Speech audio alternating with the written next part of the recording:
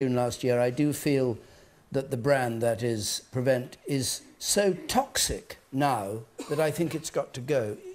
Can you explain why you feel it's not the right approach, or unless you've changed your view on it? No, I'm not saying that we don't need a programme that works in communities to identify people at risk of radicalisation. We most certainly do need a programme to do that. The debate is about how do we do that. And the problem is, as you said before, Prevent works on the principle that the community, the Muslim community in particular, is under suspicion, under surveillance. And this, I think, was felt by the Catholic community in Northern Ireland. There were policies aimed at them, but not at everybody else. And that then becomes a problem. It can actually become counterproductive. It can actually radicalise if people feel they are being picked upon. So I think there is the need for a fundamental review of Prevent, probably to be renamed, I would say. It should be cross-party, this review.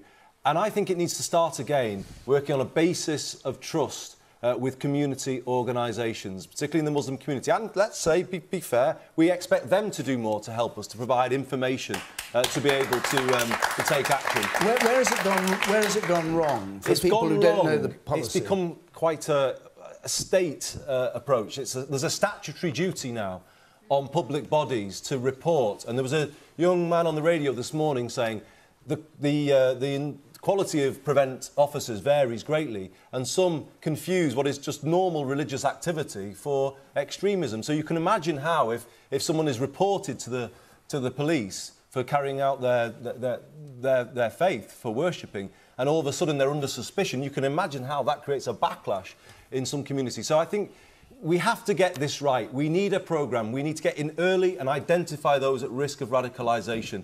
But we have to acknowledge that the current programme isn't working. And it's true, that name Prevent is toxic in parts of the Muslim community. And is it, just before we go, is it only the Muslim community that Prevent looks at? Or is it... The point, I think, is it's felt by the Muslim community that the resources are predominantly targeted at them. And I think that's the feeling. You know, we have radicalisation on the right of politics. We've seen somebody kill my friend Joe Cox in the last year, and we need to have a debate about radicalisation in that way too.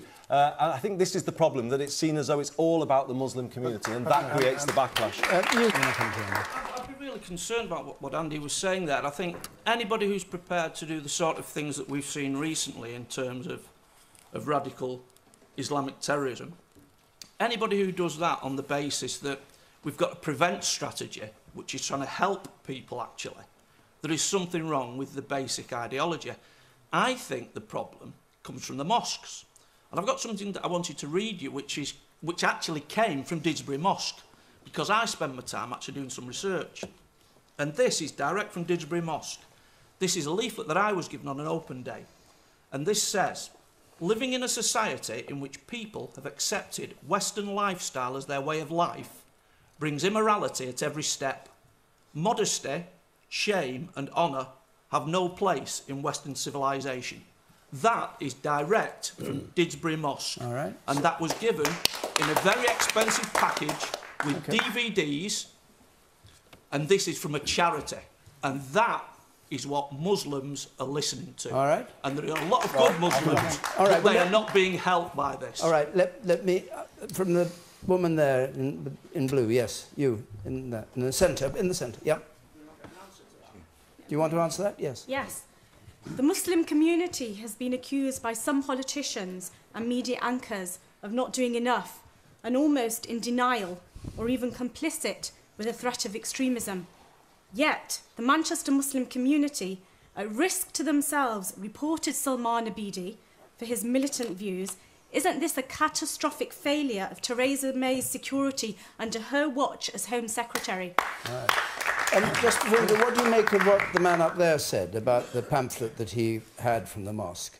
All I can say is I have been an attendee of Didsbury Mosque for 30 years or so, and Didsbury Mosque is a mosque that opens its doors to non-Muslims every week on a Sunday.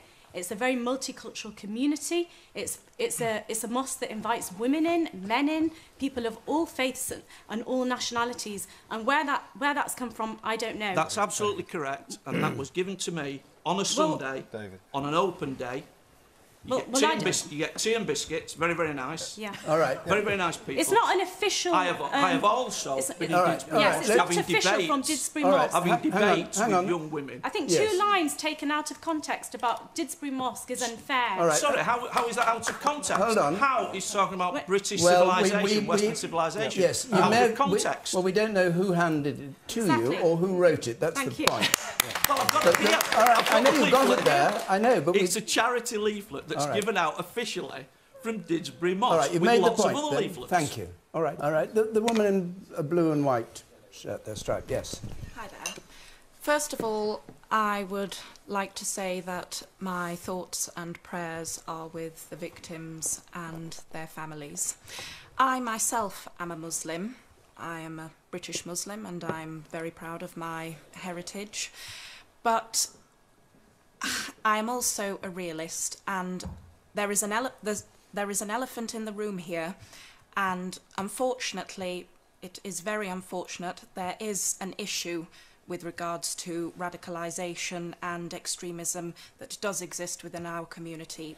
You know, that is something that we have to accept and we have to deal with. I would like to go back to what the gentleman over there was saying when he referenced a mosque.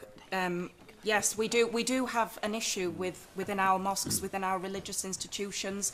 We have children being taught the Wahhabi interpretation of the Quran.